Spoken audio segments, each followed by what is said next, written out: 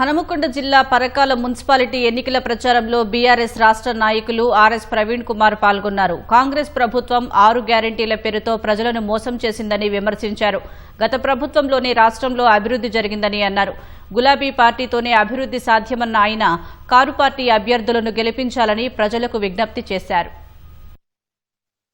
Guarantee కావాల రైళ్లలో ఎట్లయితే దొంగలు మత్తు బిస్కెట్లు మనకి ఇచ్చిండ్రో అదే విధంగా బ్యాంకుల ముంగట నకిలీ బంగారం మన ముంగట పడేసి ఇగో మీ బంగారం ఇక్కడ ఉన్న చూడరు అని చెప్పి మన డబ్బులున్న బ్యాంకులు ఎత్తుకపోయినరు.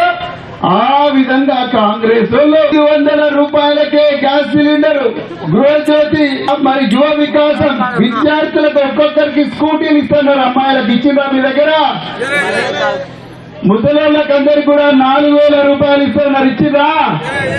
రైతు రుణమాఫీ మొత్తం కూడా బ్యాంకులలో పోయి మీ ఇష్టం వచ్చిన లోన్లు తీసుకొని డిసెంబర్ 9వ తారీఖు నాడే మీకు మొత్తం కూడా మొదటి సంతకమే రుణమాఫీ మీద పెడతాడు. పెట్టిండా?